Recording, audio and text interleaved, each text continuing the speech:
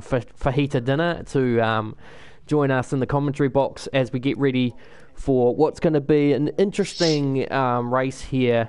Actually, once I actually set it all up, to be honest, I actually haven't done that yet, but I'll get that done now. Yes, instead Australia. Yeah, so the ironically enough, these drivers actually haven't done, well, the F3 category hasn't actually done the Australian Grand Prix or the Chinese Grand Prix. They started off in Oh yeah, of course. Bahrain, so ideally our plan will be to come back to Australia and China at some provisional point, whether or not we bring it back near the end or at the end, towards the end, or maybe we can get something to happen while maybe we have an off period for the official Unless they do it over the mid-season testing, although that's not ideal.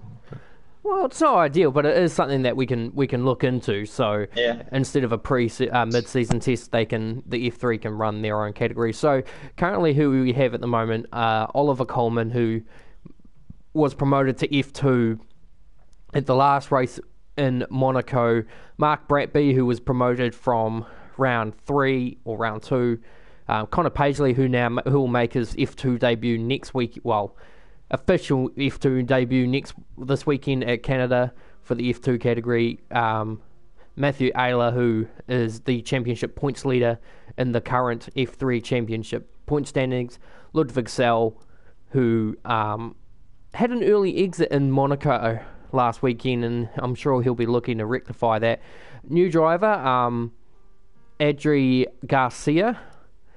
You see the Spanish flag on his thing. He's actually currently situated in London. So, Spanish driver driving in London with Daniel Vale, fellow countryman, who is an invitational from the F1 category. Then, of course, yours truly, Bailey Ford, who hasn't picked a car yet. Joshua Law, Jordan Dittmer is making his F3 debut. He'll be making a full-time F3 championship debut next season, with Eddie Bettenbauer, Sebastian Spicer, who's been quite a front-running driver in the F3 regardless of situations. My fellow Combox buddy, Guy Tasker, and then, of course, Josh Banks in the thing. I'm just going to...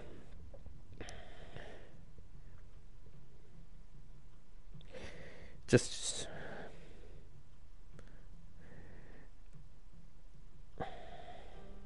going through the list of things that's going on.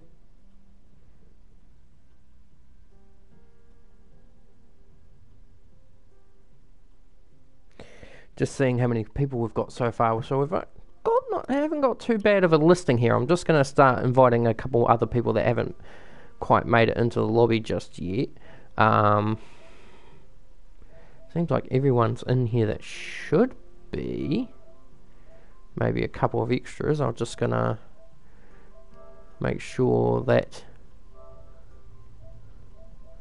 everyone that's in here that can be in here is in here. So one more addition to the name, and we should be pretty much getting set to go. So 17 drivers plus the two of us makes 15. So we're slowly on the verge of getting our biggest grid for F3, with now 18, so that's 16.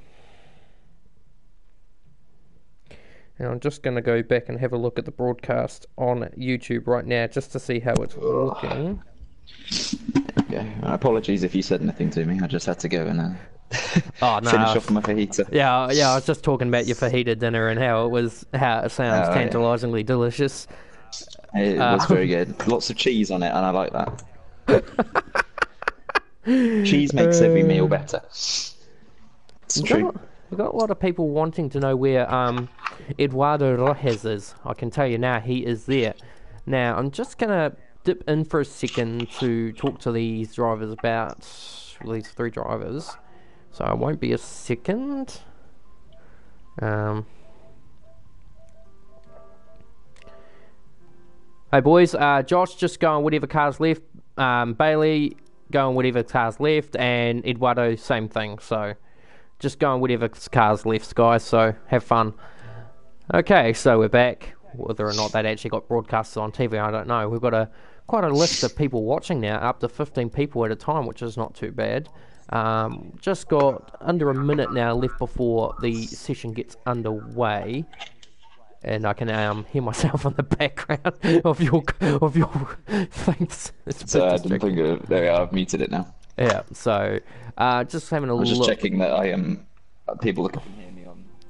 Yeah, but they can. So I'm just going to invite these people another couple of times. Just make sure everyone that should be here is here. Yeah, that's not broadcast when you do that. There is one person who's not here, and that's Michael Pollan. I thought he would have been on by now. And there's another couple of F3 drivers that should be here that haven't exactly made the effort to pop in. There is one other person I'm a bit wary about him. He's been causing a bit of commotion lately, but I'll bring him in anyway and just see if he can keep his nose clean for the time being. So currently 18 drivers. Who's that? Toxic Gringo, Alex O'Connor. Oh yeah. He's been causing a bit of a stir in the category, or the 3 categories so far. Did something happen at Monaco as well? I missed it. He did. There's just a lot of people in the thing having a lot of.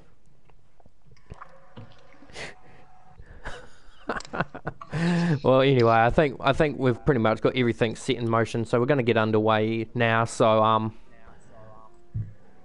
really comes down to how would you describe Canada if you were telling the viewers at home? How would you describe Canada? I see it as a bit of a hybrid almost, a bit of a mix between a street circuit, I mean, which it is really, but also it's a fast-paced one really. It's tight, twisty, and fast really. I think with a nice long straight for some overtakes to happen, and yeah, I think it's quite fun. It's normally brings some good action because it's, as I say, pretty fast, and yeah, it's still tight. So it's a bit like a faster Monaco, I guess. Well, yeah, I agree with you, and there definitely is a lot more room for error now. Alex O'Connor just made it into the session with a few seconds to go, so looks like he'll be able to join in the race. Joshua Law didn't pick a car either, so these two will be in the unknown. I would say for a fact that there's a lot riding on this in the stake of things. Matthew Elliott looking to try and consolidate his championship points lead, and has quite a comfortable margin over Ludwig Sell, up to the space of about 22 points. So he can afford to be a bit conservative here, but anything can happen in these 35 laps. And I do agree with you, this track has so much character to it. It's tight, twisty, it's got enough straights for overtaking, and the DRS straights have been previewed a lot as overpowered in this game, with the aerodynamics being as fluid as they are. So expect a lot of overtakes down the back straight if the cars are built for or structurally set up for the thing. And it's looking quite actually, just looking at the weather now, it's quite grubby. So get some rain towards the end, so it might be a case of diving out as quickly as you can here for qualifying. So 18 cars take to the grid. This is an all-time record for F3, one shy of equaling the record of the most drivers in a lobby in the Transnation Formula One history of Bahrain and France for F2 with 19 apiece. I do have to say as well, actually, with the jump to these larger categories compared to last season, the servers have held up much better than I expected. That's as close as a compliment as I've given Codemasters. They have improved these, considering last year with 10 people the lag was pretty bad. The lag this year, at least for me, I mean, I know my internet connection wasn't the best last year, but definitely been improved, even with 19 odd people in a lobby at once. And of course we also look into the account that we've also got people from Australia, New Zealand, the States, the UK, even to the degrees of Spain, and different parts of the world. Honduras, Honduras and Argentina. In fact, funnily enough, I didn't even know Honduras existed until Eduardo registered to the championship. So there's so many different places that You know, we've got drivers from Ukraine. We had a driver from Kenya at one point before he couldn't commit. You know, we just had so many places registering to this championship, and the servers have held up pretty well for that sake, and it's only hopefully going to be uphill from here with F1's 2019s. Now, Daniel Vale's interestingly done an observation lap.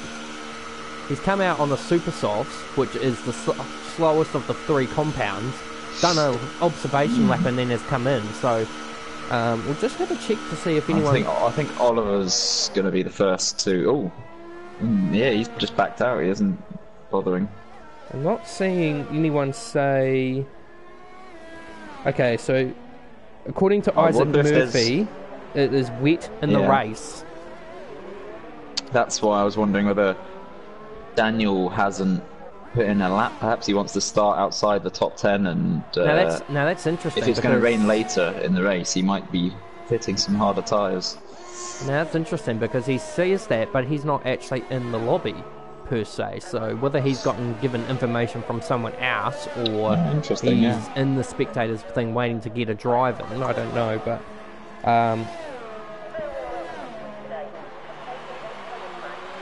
there's a few things going on. Oh, he was asking the question. So according to Mark Bratby, he does say there might be rain. So there could be rain either which way, whether it's in the race or in qualifying. And I've got to say, just looking at how the weather is super dark on TV. Watching it from very dark, yeah. So, although I think that could be on the account of the time of day when qualifying usually goes. Now, Mark Elliott set a benchmark of an 11.4, only to be beaten by Sebastian Spicer with a 1:10.6. Jordan Dimper with a 1:10.8. That's not bad from Jordan. Yeah, that's a good time. To be only 2/10 Actually, slower.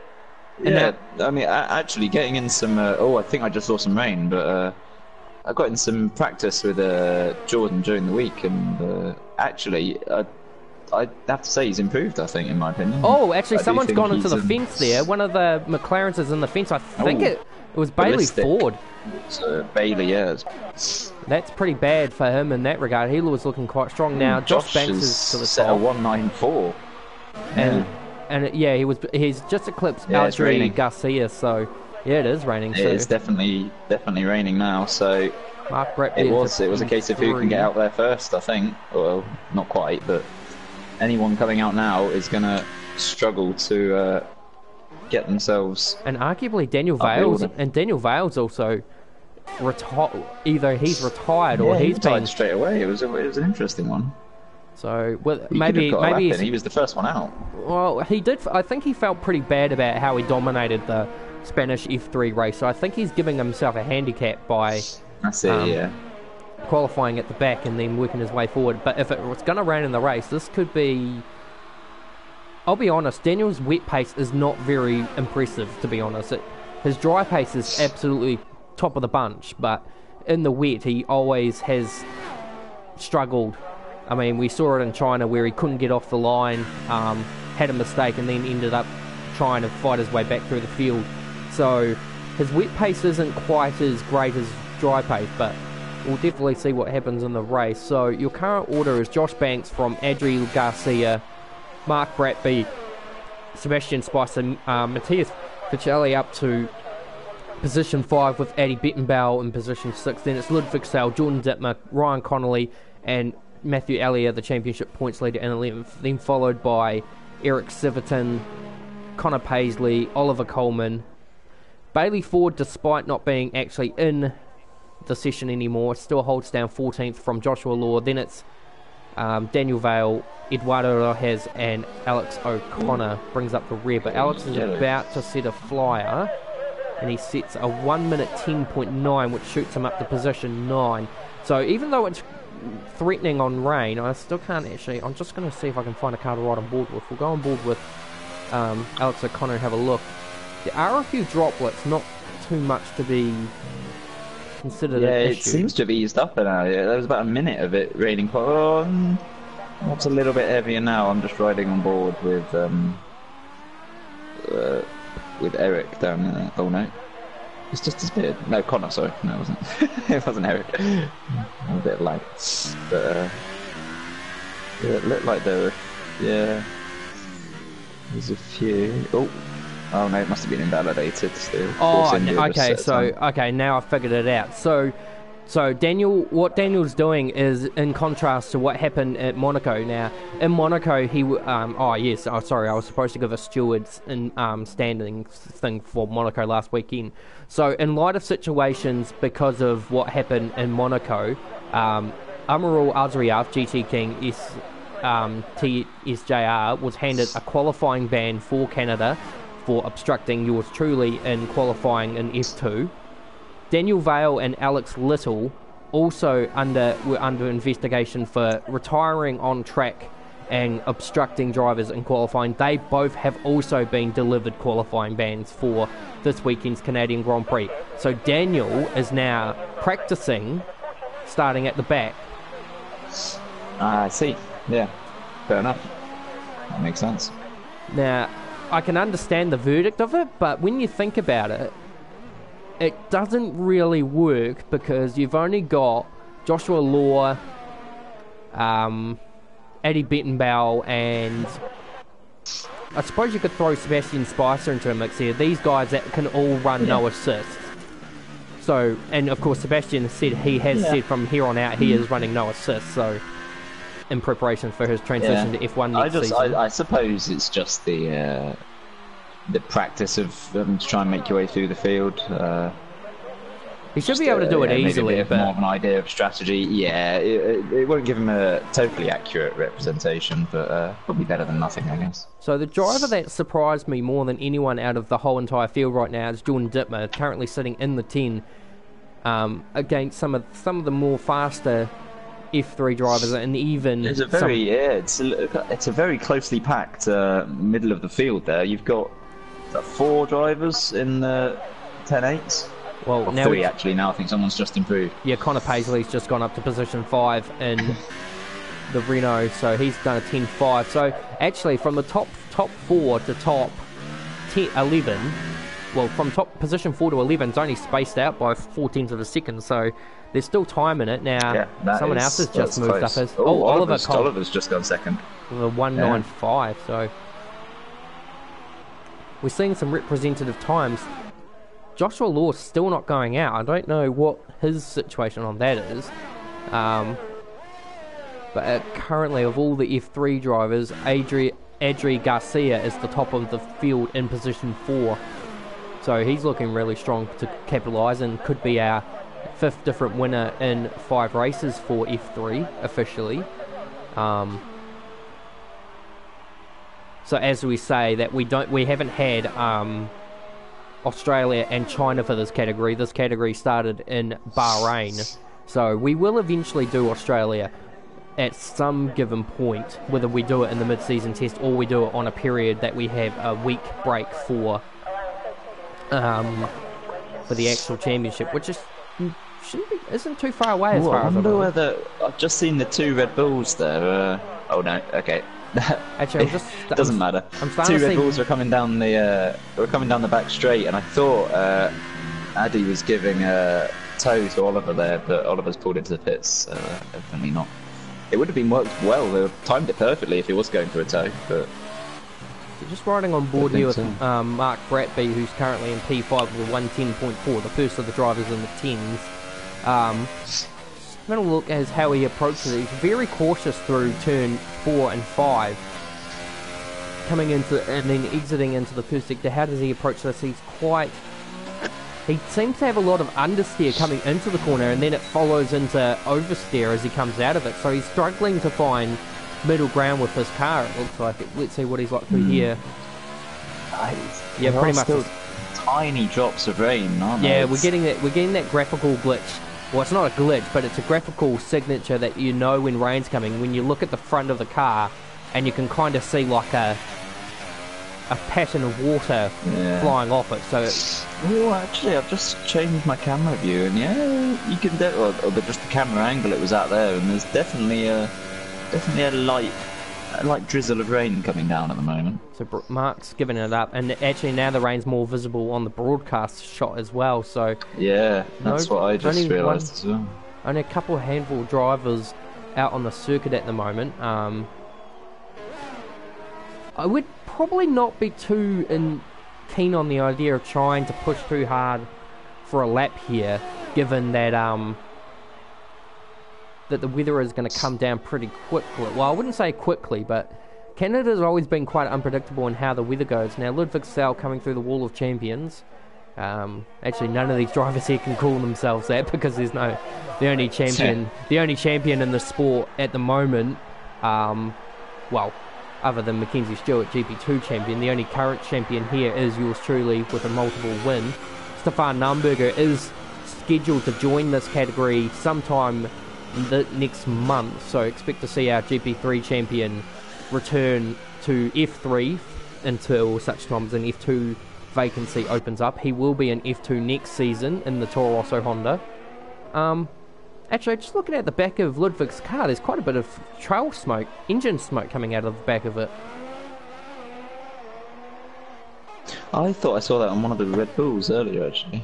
It could be just on the basis that because of the new physics with 2018, they show a lot more of the heat behind the engine, back of the car, and because it's so dark, it's a lot more visible. But I'm quite impressed by Josh Banks' time, to be honest, because he set that time pretty early in the session. He hasn't been heated. There's 3 drivers that are pretty close to the time, but they just got to find that extra 10th. So Bratby's given it up.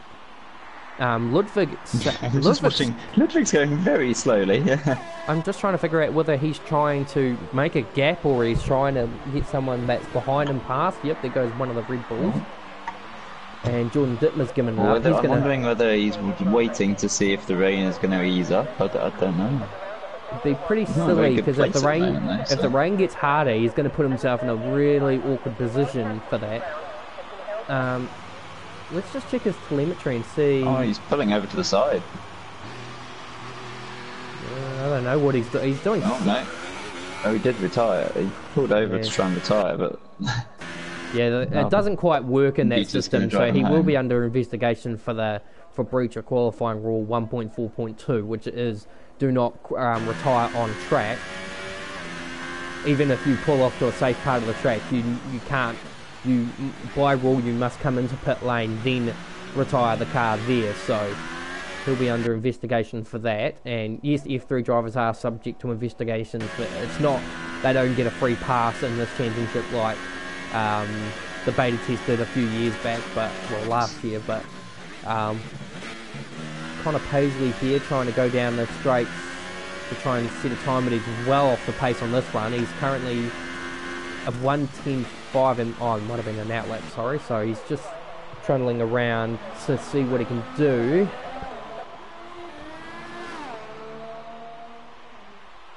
Oh, Ludwig is claiming that his car had no power, so that's interesting. That's a point. Unless he might run out of fuel, I guess. But then still. So we're just having a look. Eddie Bettenbauer's currently running a lap. Connor Paisley's on a lap. Adri Garcia has gone out on an outlap, so he's going to have one more crack, as has Ryan Connolly. Eric Siverton currently P15 on a 1:11.7. Joshua Law in the Ferrari finally now actually getting on track to put in a representative time. Could he be the upset of the weekend and spring pole from out of nowhere? We saw Melvin do this in France, where he just completely came out of nowhere and sprung the fastest lap of the race to score his first career pole position, which then ultimately turned into Ludwigstall's career first race win as well. So, Joshua really on the ragged edge. I think the track's now too wet to really be trying to push for a good, decent time. There's no sheen as Joshua Law's pulling off to the side of the road, which my guess would be to I have no Might idea. just be might be trying. I don't know. Oh, yep, he was letting Sebastian through, so Yeah. Sebastian's on an outlap as well. Is he? No, he's trying to warm his tyres up. Going to struggle getting much heat in those at the. So Adri's Current now moment, giving I it up from position 4. Eddie's giving it up from position 8. So Jordan Dittmer still reasonably positioned in position 12. Here comes one of the Mercedes, and that's Eric Siverton coming through now. Sebastian, I think Sebastian will have something in it. Although in saying that, someone's Yeah, something I have just realised is Sebastian in P3 set his time on the ultra softs, he did too, actually. and Ludwig in P4 actually as well. And Adri Oh, has also set his yeah, fast. but not Josh just crashed there. Oh, and he stopped on track. He should be alright in a way. Let's see what Ryan Connolly can do. Ryan I crosses the don't line. think there's many people coming through there. Now, interestingly, Adri Garcia has done his fastest. Oh, my goodness me! Look at He's that. in an awful position. I don't know what happened there. He's coming down the home straight and went into the pit wall. Really, lost his front left. Yeah, Just Adri skidded Garcia is position 5 with a 198 on the old super soft tyres. Adri, yeah. So he had more So we're in going it. to be in for interesting strategies going into tomorrow, depending on when the rain is going to come. If we are getting rain tomorrow, as we expect. Well, here comes Sebastian across the line. Does he improve? No, he doesn't. A 111.5. So I'm guessing the track is now too wet to try and really push for a time, unless he made a mistake in that. Oh, actually, does he have a? I think he's actually got He- over in time to set another lap, has he? Yeah, but I don't think he's going to do. I don't think he's going to have much in it unless he pushes the car to the absolute ragged edge. Slightly up through sector 1. He does About only half a need. tenth up He does through only sector need 1. 4/100ths of a second to position himself ahead of Oliver Coleman, but that's a tall order. I'm He surprised. had Ryan, that through the first sector, but he's got to hold it through the last 2 yet. So, but then again, last sector is mainly just a straight, so he's definitely up it's again. slightly up. 8/100ths of a second, which is more than enough right now. In fact, actually, in saying that, if he can just pull himself a little bit more into this section, he could, and I say this with a very high could, jump onto pole position. If he can just pull out another 2/100ths of a second in this corner here, this is a make or break situation. Comes Took it across. nicely. Let's see, crosses the Oh, line. he's Does he backed snatch out. it? He doesn't want to. No, I He suppose. backed out of it. Yeah, At the end, I don't think he. I think he realised he wanted to start on the ultra soft rather than the hypers. Yeah, so I suppose in a way that's a pretty interesting strategy, but it did look like he could have jumped to the top on that time if he had stayed with it, but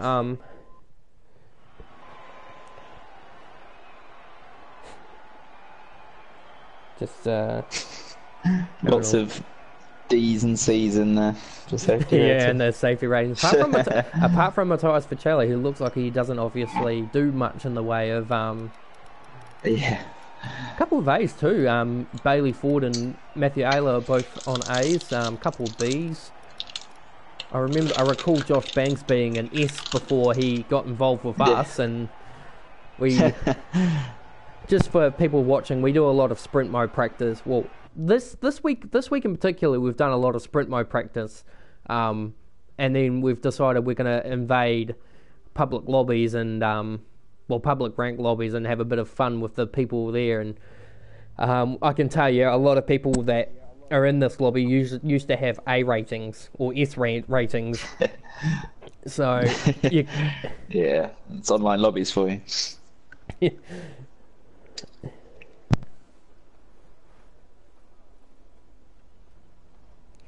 So we're just looking at the grid as it's all ready to go for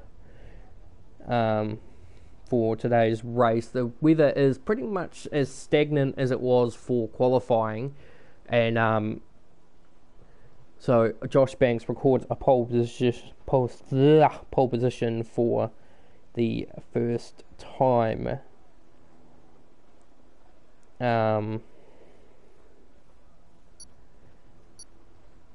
And for the record, that is my name, guys. Don't wear it out. Although knowing you lot, since most of you watching are also driving in this race, you probably will. So anyway, let's hope to have a nice clean first turn. So, Guy, do you want to run us through the TKA Media starting grid?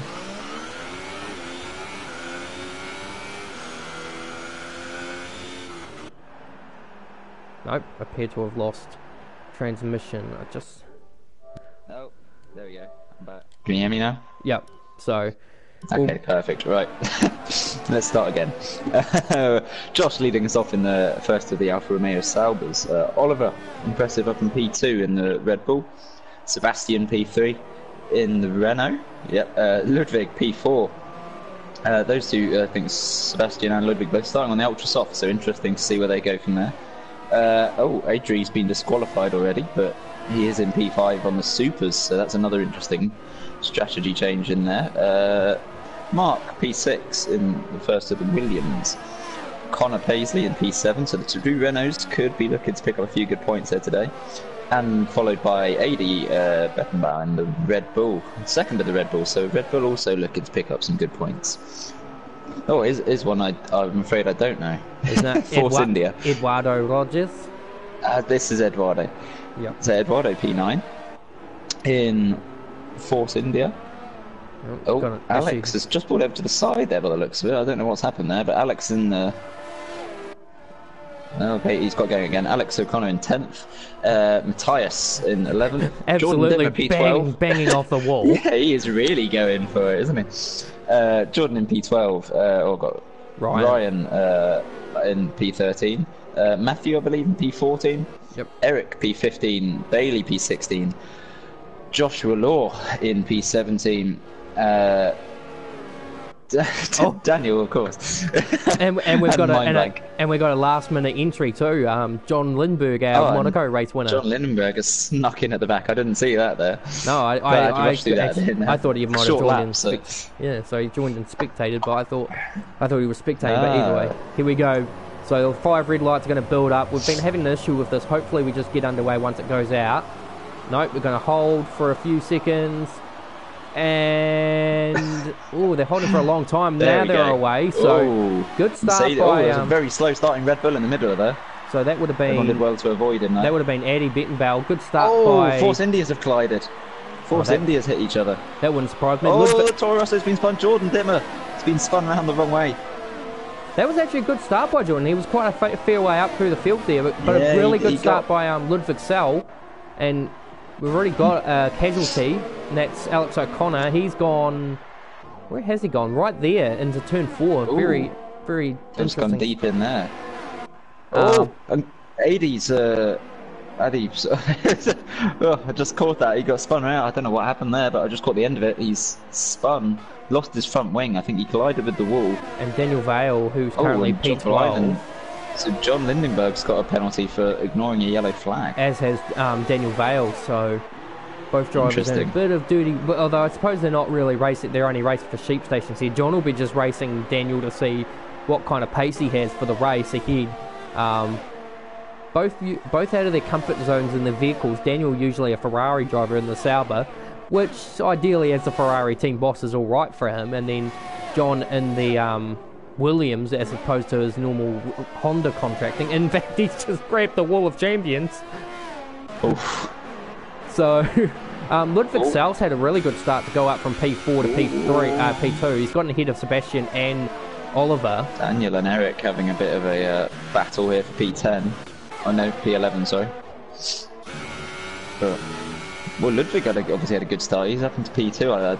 Here we go. Adri up the inside of Mark Bradby. Oliver's touched it. Oliver had a bit of contact there with Ludwig. And Eduardo with the masterclass. And that's allowed Sebastian right onto the back then. Is there going to be a move Sebastian here? Going for the move. Not quite. Not happening. There's too much going on to actually keep up, so...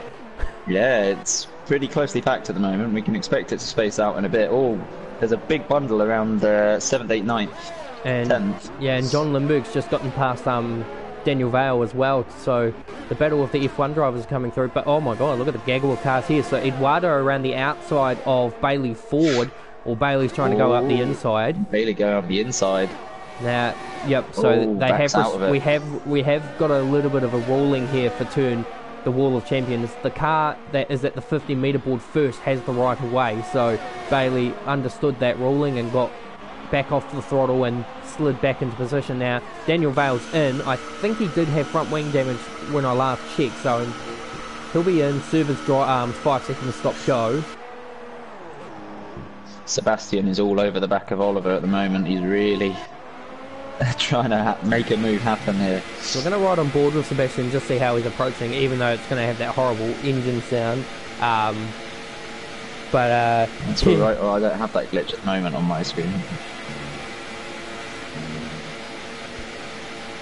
So yeah, free revving at 6th gear. Is he going to make a move up the inside of the hairpin? hairpin? There's a big bundle. Eduardo's in the fence. He's only lost some front wing, but it's this big bundle of cars. You've got Joshua Law up the inside of Bailey forward. Mark, Bailey, Josh, and Eduardo. And Eduardo has lost half his front wing there, so he's really struggling for downforce now. But so actually, Jordan Dimmer's made a really good recovery. He has, yeah. He's already back up into P14. So he's only 2 positions away from where he started. Mark's into the pits. I wonder if Mark's got damage as well. So Mark and Eduardo both into the pits. Just having a look, I can't see anything. The halo does block a little bit to the right. So yeah, there is a front wing change for. And Jordan's now going to move up to P10. John Lindberg's also, and he's going to have to double stack. Ooh. Oh no, actually no, he actually got away with it. Connor's got Adri going up the inside of Connor into, turn 5, is that? You think it's 6, but either way, 6 or 7, but he got the job done one way or another. Yeah, but I can actually now confirm John did actually get held on the pit, so I wonder if, I don't think he cared too much, but he did. I wonder if he's, it seems like Connor's sliding around a lot on these hypersofts at the moment. He's struggling a little bit. Adri's gone off into the distance already on those supers, and he's got the other McLaren coming up behind him, so we've got a bit of a Renault and McLaren sandwich going on with Sebastian, Adri, Connor and Bailey here. Yeah, I thought Josh Banks would have pulled away a bit to the, kind of stretch his legs with the fact that everyone around him is battling, but he's lost about a second over the past lap or two, so I wonder whether something's happened to him there, because Ludwig's just set a fast lap, here we so go. Ludwig's probably pushing it. Current Red Bull boys, Matthias and Jordan in combat. Matthias in the Force India for this race, but Jordan graciously gives up the position to Matthias, and now Matthias in the top 10. In the F3 battle at the moment, Adri currently leads from Matthew Ayler. No, sorry, from Eric Sivertson. Then it's Matthew Ayler in position 3. From Ryan Connolly, and then actually that makes up the field. So 4 drivers on the F3 today out of the 9 I think that are actually registered in. So we don't seem to ever get a lot of F3 drivers in, but what we do get in return is a clash of F1, F2 and F3. So as we've said time and time again, the F3 is just a beta so that we can draw in the members while at the same time having a race for them to do, so they're not just sitting here waiting for the F1 and F2 season to conclude. Now, as I say that, Josh Banks has actually just come in. Now, that's quite early for a set for someone and Sebastian's got past Oliver. I think these hypersofts are starting to struggle a little bit. Which is a little unusual for a track with no degradation. I would have thought the hypers lasted a bit longer than 6 laps, but of course this is a contrast between 100% and 50%. In the 100% race, the hypers can last about a quarter distance. Now, is Connor going to come out in front of Matthias? No, not quite. Oh, there's a bit of contact though. I think Connor thought he might have had a run at him, but Matthias shut the door and got the job done. Now, Jordan's in as well. I think he's got a front wing change as well, so quite a bit going on. And Sebastian, now that he's got past Oliver, should be able to catch up to, and Connor's just hang on, let's see if we can, where is that? It's in the left hand side, in between, it's down the straight. Yeah, that is quite, hang on, let's wonder whether that was a looking at the dash and didn't realise the wall was there, I don't know. Well, we have seen that before. Robert Zwanikin last season, GP2, was fiddling with his dashboard and then didn't see the protruding wall on the straight and ended up hitting that, which bounced him into the other wall, which then took him out of the race. So stranger things have happened, although Robert Zwaneken has been the case of a few interesting accidents in the GP2 season last year. Ooh. So Oliver's come back out in P7 now. He's just fitted the ultra soft tyres, so just in front of Eric on the super softs.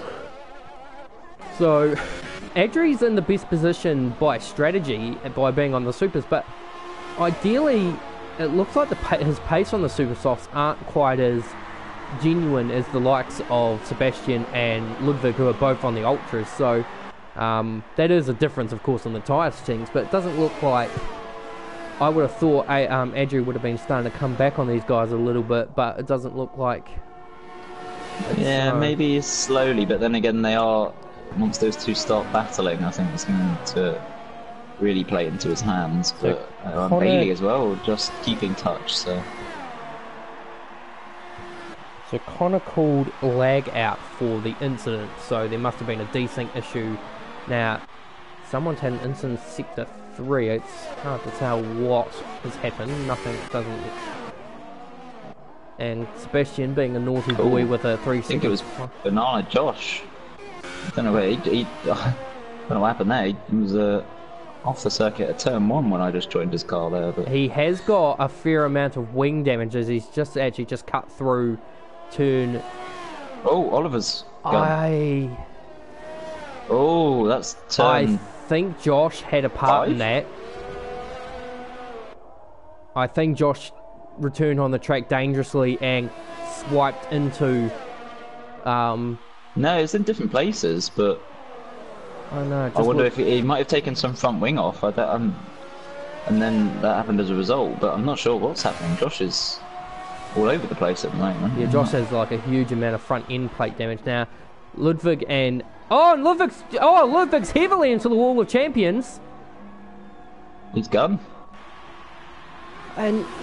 I dear. don't know. It looked like... Oh, very heavily. Sebastian kind of went in for a move there, and I don't know whether there was contact there or something's happened, but I've missed all of these. I've missed all of these incidents so far. So that one I just managed to catch on Sebastian's footage, but okay. So Oliver said nothing on Josh. He made a mistake coming into the cold tyre. So Bailey's made some good ground as well. He's now right on the back of Sebastian. Of course, these two have tasted success in the F2 category. But Bailey at Bahrain, Sebastian at Spain. But yeah, it'd be interesting to see what happened to Ludwig there. Whether Sebastian had a hand in that, or whether it just looks like the interesting. super softs are coming back now. Though you said it was about time, and you're right. They seem to be playing into their hands, and these McLarens are looking in a pretty good position right now. Well, now that Bailey's cleared Sebastian, it looks like, the strategies are starting to kick in. Eric Sivertson is up to P5 on his set. Matthias, I think, was also another one who started on the Super Softs as well. He's up to position 8. Josh is off again. He hasn't pit. I don't think he's pit for a new front wings. Oh no, he has. Held up Jordan Dittmer massively, but... I don't think it's even to do with the front wing, because this is just on under braking. He's completely losing it every time, almost. He seems, he's just giving the... I reckon his setup must be too much. He must be having some brake issues or something. I'm really confused. And Jordan's being too... And I think, Jordan's being too generous in the way that he's giving up the positions too easily. But he has got the switchback. So yeah, Jordan's giving up the position too early, but he'll come to learn that if Josh has another off, that he needs to stop being so generous. And John Lindberg is actually... Eduardo's just clipped the back of Mark. Sorry, I was just watching a bit of a battle going on there. Well, funnily, John Lindberg has got no front wings, so something's happened to John somewhere down the road as well, because he's having an atrocious race. That's right. As long as he gets all the bad stuff out of his system today, then get some big good points for Red Bull tomorrow. And well, we Red Bull boys have to stick together in some regards. So, just for those wondering what we're talking about, what we're talking about is that every person in Toro Rosso and Red Bull we've called a gang called the Red Bull Boys. So that's what we refer to now. But yeah, so Daniel probably would be thinking, I hope my race doesn't go like this tomorrow as well, because he hasn't. I would have thought he would have been probably up in the top 3 by now, but yeah, with the collisions and all that going on around him, he's been struggling to make his way back through. Now here comes Eduardo, so Eduardo will be in for a front wing change. In fact, I have to say, out of all the races that Josh has gone, where is he gone? Sure. We'll see in a minute when I'm John... right on board, yeah, with John. Yeah? No? At the hairpin? Up here. Oh, the hairpin. Maybe? Just round the other side of it. No. No, there we go. There's some fumbling in the wall there, but... Yeah, so maybe he has grabbed the hairpin, but that'd be interesting if that was the case. On exit, I guess. So your current order is Adri Garcia from Bailey Ford, so it's a McLaren 1-2 from Josh Banks, then Eric Siverton, the leader of the F3 category, from Sebastian Spicer, and Sebastian's going to easily pull in the gap with 9-lap fresher tyres. Then it's Matthias Ficelli, Mark Bratby with Daniel Vale for company, and Mark will just be like, here you go, have that. I don't want to fight you, you're an F1 driver, you're way quicker than me. Oh, Daniel just about swerved himself into the fence down the straight. And then Ryan Connolly, and currently in position 3, so Ryan on the podium at the moment for F3, and then Matthew Ayler in position 4, the championship points leader, and with Ludwig out of the race and not completing 90%, that's going to put Matthew in an unassailable position in the championship heading into Baku for round 8. And then it's Eddie Bettenbauer in position 11. He'll be having a race. He'll be hoping that this race today bears no contrast to tomorrow's F1 race. And then it's Eduardo from Jordan, and then John will be just counting his lucky stars, hoping that he starts from the front. Ooh, and Verchase just had to... Well, he was having a bit of a tussle with it was Matthias and Daniel there, but Verchase had to take a slight evasive action, I think.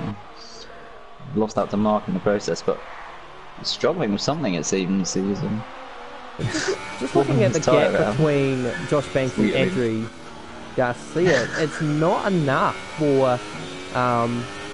I mean, everyone's pretty much on the one stop, but Adri hasn't actually made enough of a gap to really capitalise on this strategy. He'll come out... I think he'll come out comfortably ahead of Sebastian by virtue of the gap between Sebastian and him, but in the space between him and Josh, there's not enough position, so... Yeah. No, not at all. He's only perhaps 7 seconds down the road. But then obviously you'll have the fresher tyres towards the end of the race, so then it's a case of whether he can close it in the closing laps or not.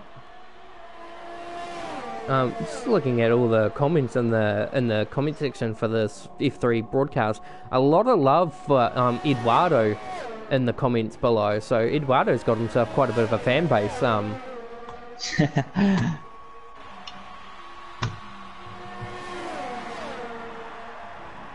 So it looks like, according to Ludwig, there was contact between himself and Sebastian, but I only managed to catch the end part of it when Ludwig was basically just spinning into the wall. So whether or not Sebastian made a move, backed off, didn't quite back off in time, and Ludwig's rear has collected Sebastian's front and spun him, I don't know, but we'll probably come to learn that later on after the race. I'm sure, yeah. 19 drivers, 14 left, so we've lost 5 in the process.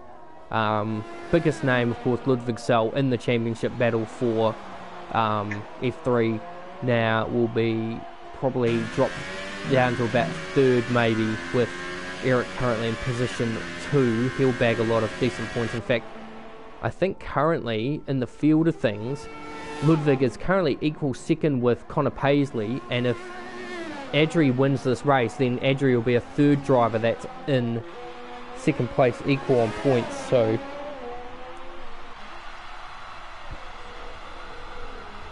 just got an interesting one here from Oliver Coleman, which says "Go Colo Man 2356." Now, if I just have a look, He's cheering himself on. yeah, if I just have a look at the list and see where he is, 17th with the DNF. Yeah, go Colo, head to that unemployment bench.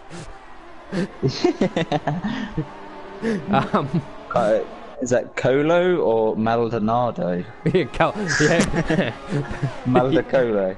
Oliver Maldonado. So, actually, there was an interesting going on to actual F1 news while we have just got a spare moment. Oh, we've got a battle between Jordan and Eduardo, but I think Eduardo actually just made a move on Jordan. But there was quite a few rumours about Pastor Maldonado's nephew, Manuel Maldonado, was subject to be in the Williams seat for this season, well, next season in Formula One. So that would have been, I would hope and pray that if this guy ever does get into Formula One, he's not as bad as his uncle.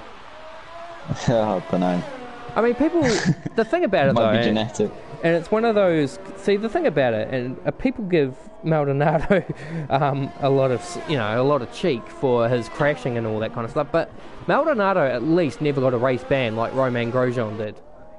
Although it's true. People forget that Grosjean is pretty accident prone himself, actually. And in saying that too, Grosjean almost got a race ban this season too for countless amounts of accidents that he had. So yeah, he is. He did flip Hulkenberg, although that wasn't his fault at all. But and the thing about it too is that Maldonado has won a race. Now people would say no, he didn't win. He won by luck.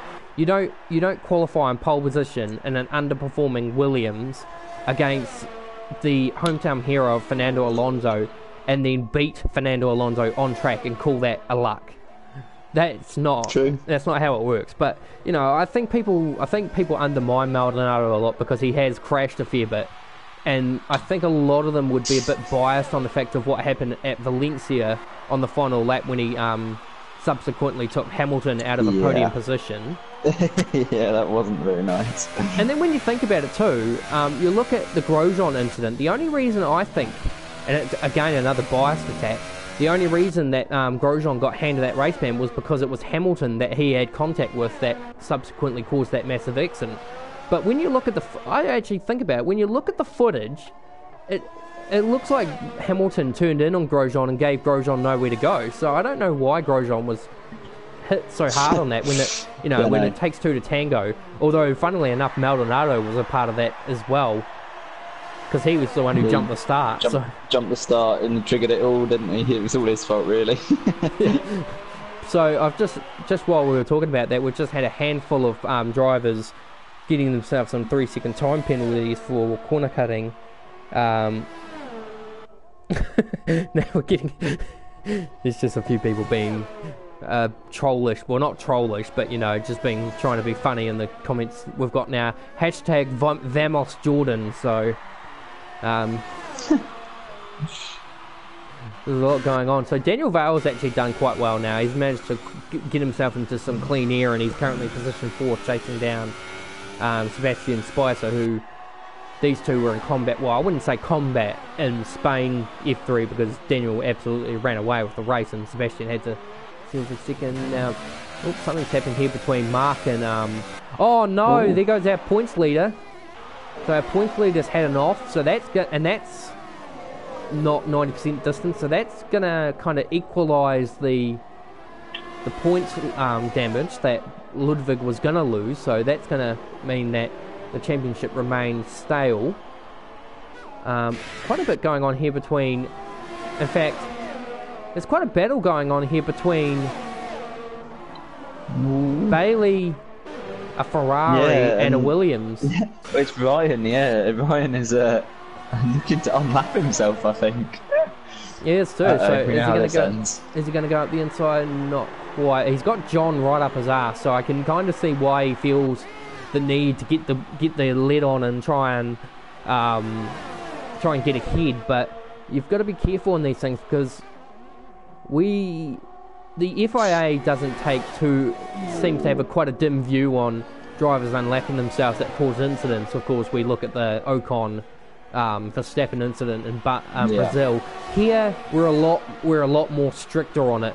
We've had a few. I mean, we had this discussion last week, I think we had this conversation at Spain, you, me, and Matt in the F3 about Jonathan Carton, Habsfly 635, who was notorious for causing lap car incidences where he took you out subsequently and then took Stefan Naumburger out twice in one concession in one lap in Hungary.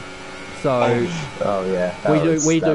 FIA takes a dim view on it, but we take a far dimmer view on it. So if we ever do see incidences that regard lap cars impeding or getting in the way or causing an incident with a lead driver when they shouldn't really be, I mean, by law, yes, you're entitled to a London lap to stop, but you do have to take into consideration that you're not, the guy in front is fighting for a position, whereas you're just trying to fight to stay on the lap. But now, here we go. So Adri's now in, so we should expect to see Bailey in the next lap or a lap around. So Josh has come in too. This is interesting.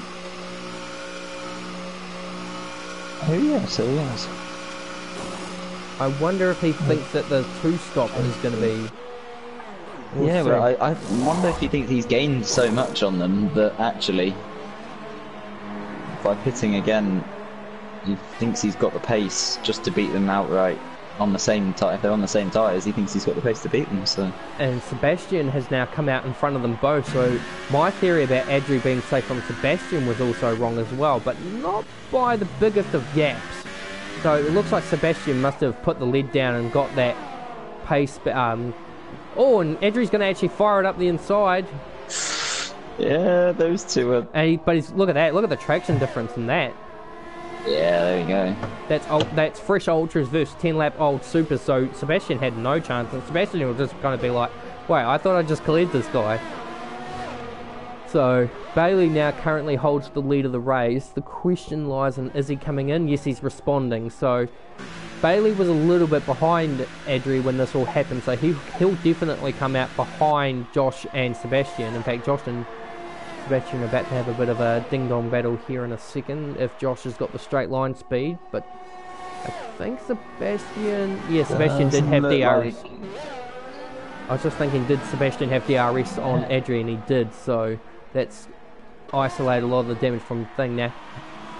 Well, what is happening? This could... What the hell has happened here? Bailey's brain them all. Overcut.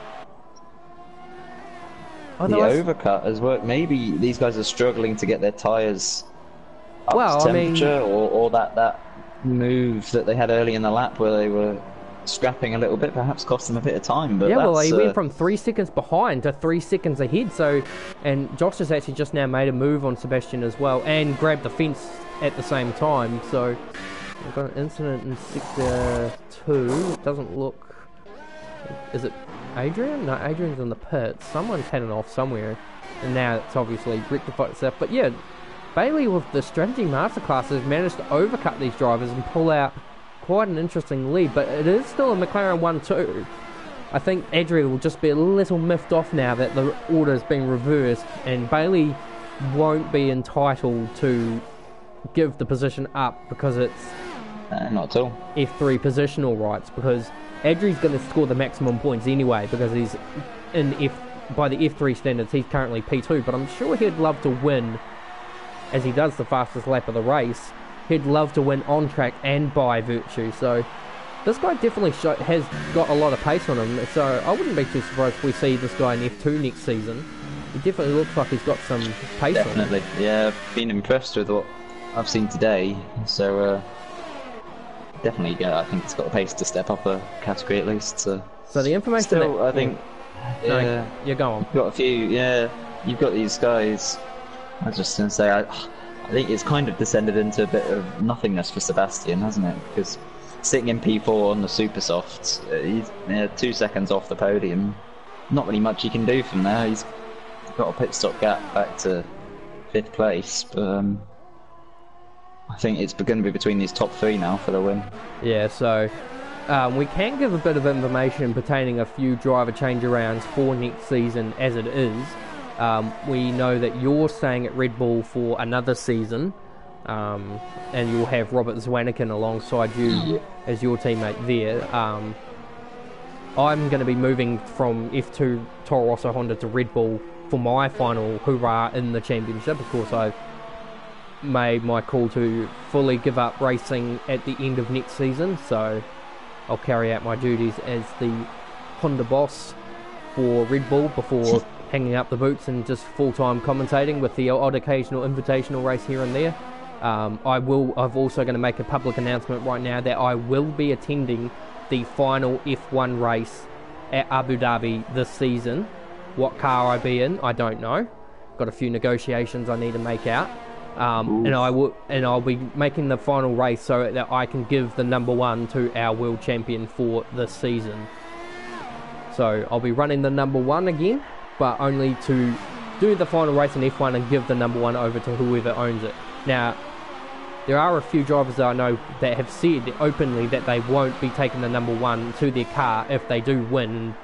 John Lindbergh has said he is one of them. So if John wins the championship, he'll keep the number 13 on his car. In fact, how ironic is that? Car 13, position 13. Yeah. There you go. So Matthew Plevey, I think I'm. I don't know. Am I gonna? Maybe I'm gonna help John out. Who knows?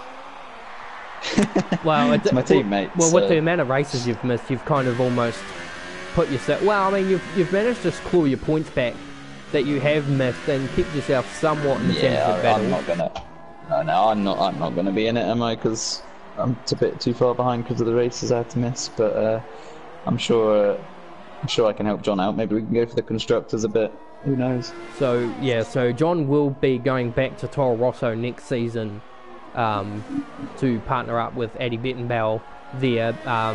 Matthias Vicelli, who is in Toro Rosso, has been given special permission by myself to go to Ferrari for next season alongside Daniel Vale. And another special announcement that I'll make here is that Daniel Vale will have Matthias Vicelli as a teammate from Hungary onwards, so there will be a mid-season swap. Well, I wouldn't call it a swap because Nadir Ziyad, the current Ferrari driver, will move to Haas for the remainder of the season while Matthias gets the promotion up to Ferrari for Hungary onwards. So Sebastian Spicer and Matthew Plevey, who are both in F2, Renault and Red Bull, they'll be fully Renault next season in F1. Sebastian's number will also change from 71 to 2, so keep an eye out for that. Now, we've got a battle here going between Eduardo and Eric for position 6 and 7. Eric is now on the fresh ultra soft tyres against Eduardo's 13-lap super softs. We've also got another battle too between the current teammates of Matthias Vicelli and Adi Bettenbauer, with Jordan Dittmer 31 seconds behind these guys, but Jordan's still hanging on there, just on the fringe of a points finish. Even though these guys don't really race for points, it's just really battle for sheep stations and get a bit of practice in for the next race. Now somebody's gone off at 2 and 3. It's Ryan. He's had a spin. Whereabouts is that? That's heading up to the hairpin. Okay, so that's quite an interesting bit further up than I would have thought for a spin, but it's promoted John back up. Actually, I have done it there myself. If you take a bit too much curb on entry or exit, then it is quite easy to. See, but I've always found that you end up in the fence if you do that. So yeah, so how it's true. Maybe you just overcompensated for it. So how he stayed off the wall was quite a miracle in its own right. So he's carried on. He's still 13. We're getting a bit of a bundle coming in here. 6th, 7th, 8th. Yeah, I was just thinking that because Eduardo, Eric, and Mark. Just having a look currently at the stanzas of things. Now we're just getting people being silly. Hashtag Vamos Bailey. Going down the inside. Side by side. Into the last corner. And Mark's gonna. Oh no, Mark backed out of it. I thought Mark could have had that there. He seemed to. There's going to be contact here. Oh god, this is going to be something. Mark's got a 3-second time penalty for corner cutting. He must have grabbed turn 1 a bit too much. But Mark has been a bit on Addy's now in this, so it's a 4-way battle. Mark down the inside. A bit of a bump there. Eduardo's been just given a bump out of the way. Addy's touched. Addy's ended up in the fence, and Verce's got involved. What?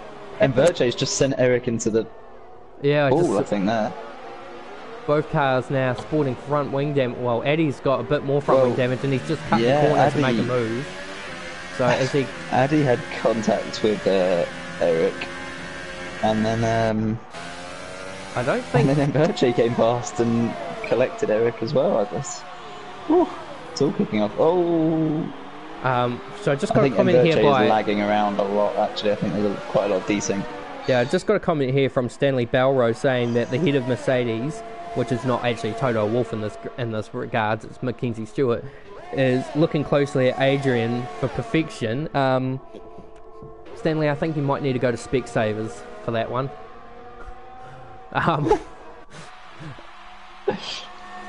But John's in the pits again, so John's had another, I think he's 27 out of 35, he's going for the fastest lap, there's no denying that. So these guys are in the pits. Adri's starting to close the gap into Bailey. He's cut it in 2 seconds. Yeah, he closed it in quite a lot. I think about 2 laps ago, he seemed to take a big chunk out, and just outside of DRS range now. So we're going to be in for an interesting last few laps there. And funnily enough, McLaren have also won a race here in the first race, which wasn't broadcast at Bahrain. That was actually won by Bailey Ford as well. So right now, McLaren are going to become the most winning. Now, apparently this is a word, so I'm going to say it. The most winningest team in the Trans Nation It's a bit Formula. of an American word, isn't it? It is, but they're the most winningest team in the Trans Nation Formula One this season. So if positions stay as they are, they will win their 4th Grand Prix out of the I'm just trying to think about this. So 12 out of the 17 races. So out of the 17 races contended from all 3 categories, McLaren have won 4 and sit at the most. It's a pretty good record. And funnily too, the McLaren could record their second 1-2 finish in TNF1 history and the first 1-2 finish of this season.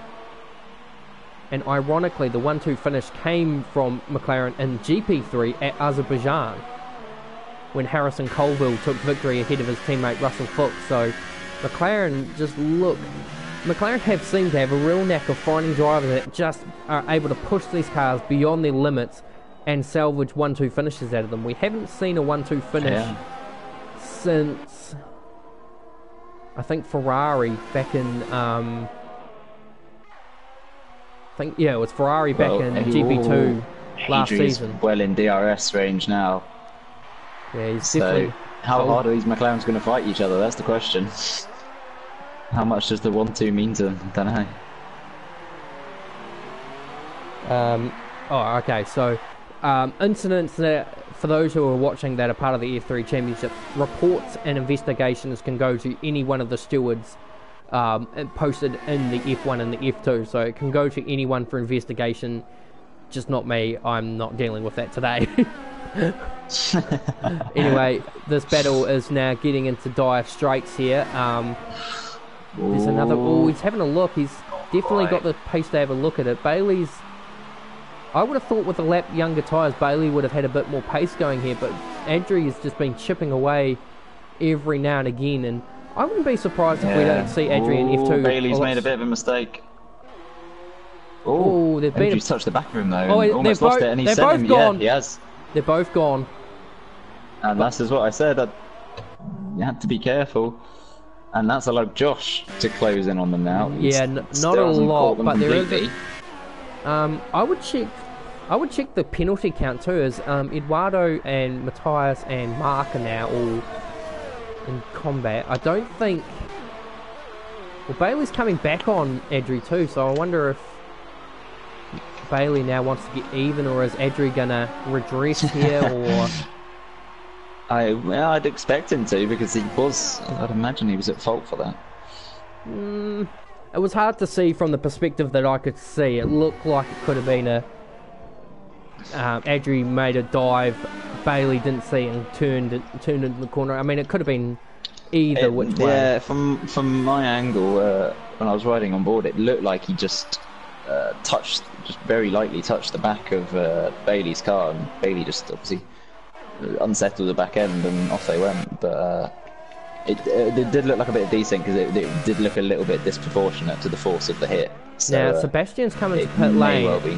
Now you said that he had a pit stop over Daniel Vale, but in that space of time, Daniel Vale has just ripped into that time so much that now Daniel's got a well clear advantage. In fact, Daniel's been one of the men of the matches today because he's just been, even though he's got caught up in all that incident stuff, he's been gnawing away ever so slightly as he just gives turn 5 a bit of a rub. He's got quite a few penalties. I've just gone through and checked, and I've lost count because there's Eduardo's in the fence at just before the Wall of Champions. Yeah. I wonder if there was contact there between him and Matthias. That would be an interesting telling point. Force India's in combat again. Force India's. Yeah, there's a lot of penalties all round, so I couldn't count because they all have a fair few. So it's going to be interesting to see at the end. Oh, and he's blocking the track completely. Yeah, that Force India is totally. Oh, it's disappeared. Thank God. I think it was. I don't remember if I turned ghosting on or off or not, but yeah, I think it would have been an issue. John's just got another penalty, and he's gone back to unlucky 13. Or in his case, he thinks it's lucky, but everyone knows it's superstition. It'll be up to 12 soon, though. Unless the game glitches for some reason and locks him in place, but I don't know. I mean, Codemasters have done sillier things in the past. But yeah, look at this. So look at this for a statistic at the moment. We've got McLaren 1-2, Sauber 3-4, and then pretty much the rest of the field is all single cars. Well, apart from Williams. Almost, apart from the Williams. Yeah. So if John was to crash out, or Mark was to crash out, then we would have 2 Saubers, 2 McLarens, and then 1 car of every team left over. Although, in saying that, we don't have a Haas, so the Haas is kind of... John's back in the pit, so John's got more front wing damage to... I think... Okay. John's probably going to pit every lap that he doesn't attempt at the fastest lap until he gets the fastest lap, so... Yeah. I know, that's actually just a legitimate tyre change. So he's actually just come out back out. He's going for fastest lap. Yeah, he must have been doing it the last lap, but I don't know. He must have just thought, I'll do it. You must only get one really good run on the hypers, and then you pretty much got to pit again for them. So the gap between Bailey and Adri is now actually balanced out at a second. Yeah, so he's Bailey's bordering right around that DRS range. And Daniel's actually getting attacked here by Eddie Bettenbauer. Eddie's trying to get his lap back, and he's actually giving Daniel a bit of a hurry up. Now, this would be an interesting telling point for tomorrow if this was actually full position.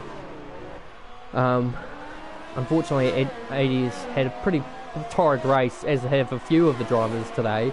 Currently, Adri's going to take 4 points for both the race and the overall faction, and then Eric Siverton will take P2 from Ryan Connolly. So Ryan will bag another podium in the 2 races that he has attended here in F3.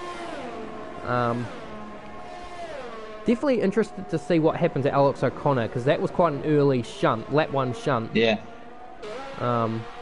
Put him out quite early, and then the Ludwig Sebastian one would definitely be an interesting one to have a look at as well, because Ludwig seemed adamant that Sebastian spun him or escorted him into the fence, so maybe... Yeah, I didn't see it myself. I seem to have just missed a lot of incidents today, so... And it just keeps further underlying the point that we keep explaining about how Codemasters have gotten rid of this feature. And I mean, you as a beta tester, it seems unusual. Like, I gather there wasn't many people that crashed in the beta test when spectating, so we wouldn't have really known. Yeah, I mean, there were not many people bothered spectating afterwards. There were obviously a fair few crashes. It's public lobbies, but. Yeah, they did identify a few glitches, but evidently not all of them. And actually, I can see one of the old glitches keeps popping up at the moment, because there's a tyre from where Eduardo crashed, where his car was. Every time you go past, there's just a tyre from his car just flashing up on the road, on my screen anyway. So I can definitely say 2018 improvement. Yeah, 2018 an improvement, but could be better. So anyway, final lap here now. We're not going to actually carry out post-race interviews for today because just got a lot going on in the background. So we'll definitely just wrap it up once the race concludes. So Adri is going to lead home a McLaren 1-2. So third time in McLaren's history. They'll record second time in history. McLaren, I've got to try and keep identifying them as McLaren, have recorded a 1-2 finish in the Trans Nation Formula 1 Championship. They have recorded 3 race wins up to this point. Actually, no, 4 race wins, sorry, to this point, because Bailey won Bahrain twice. So this will be the 4th win for McLaren. So Adri Garcia will win the Canadian Grand Prix. Check for penalties as well. Yep, no, it stays in play. So Yeah, Adri the same takes amount. the official race win and the F3 race win. So 25 points for Adri Garcia. Josh Banks, pole sitter, has to settle for position 5. In fact, right at the end, Daniel really pushed. P3, sorry. But yeah, Daniel pushed very hard to drop that gap to 5 seconds at the end, but of course will be demoted to position 4 on the comeback of penalties. Now, does Sebastian have enough in the stake? Does Daniel's penalties? Not enough. I would love to see how much he didn't get that by. Matthias will hold down position 5 with Eddie, Eric, Mark and Jordan in the 10th. So a brilliant recovery there for Jordan to be in the 10 at the end after being at the back by an incident. Brian Connolly will cross the line to position 11, and then John Lindbergh's already finished in position 12. So quite a good race we had there today. Who would you have mounted as your driver of the day today? I think I'd probably give it to Bailey. He gained lose count of exactly where he started in the grid, but a lot of places, drove a solid race, and bit unlucky, bit controversial, I guess, not to get the race win in the end. But apart from that, yeah, I mean, you could equally give it to Adri. I think driven such a good race to get the win. I think the 2 McLaren drivers clearly stand out for me. Yeah, I definitely will put my money on Jordan Dittmer or Daniel Vale, because Jordan, great recovery, and then Daniel to recover from the back of the grid to position 4, not bad of a start. Of course, it is a different contrast of drivers between himself and what will be tomorrow. So that's pretty much all we've got here for the Canadian Grand Prix. I'd like to thank Guy Tasker for filling in for Matt Plevy for the weekend, and we'll wish him the best of luck for tomorrow's Canadian Grand Prix, which is at 8 o'clock New Zealand Standard Time, with 11 o'clock New Zealand Standard Time for the F2 category, of course, which I partake in, and that will be commentated by Guy and Mackenzie later down the road. So without further ado, thanks for watching, guys, and we'll see you again tomorrow when we take it up 2 notches and go to F1 and F2.